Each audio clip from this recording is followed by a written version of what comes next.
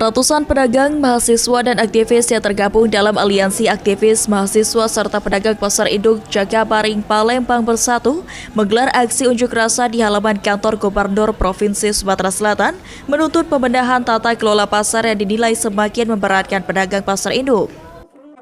Ketua Persatuan Pedagang Pasar Induk Jakabaring Ahmad Muksin mengatakan dalam aksi kali ini ada 9 tuntutan yang disampaikan oleh para pedagang, mulai dari kenaikan retribusi tanpa musyawarah, dugaan pungutan liar, hingga intimidasi terhadap pedagang yang dianggap melawan kebijakan perusahaan.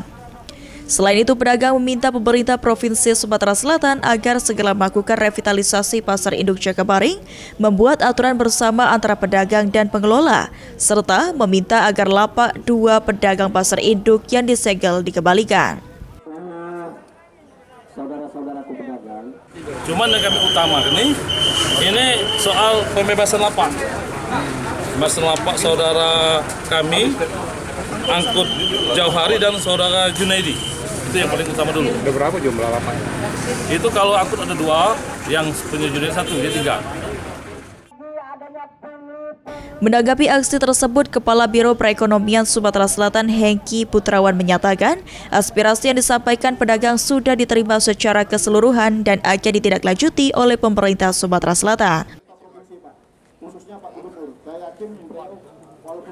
saya yakinkan bahwa nanti yang semua yang ada di sini 9 permintaan dari Bapak Ibu akan kita tidak lanjuti semua.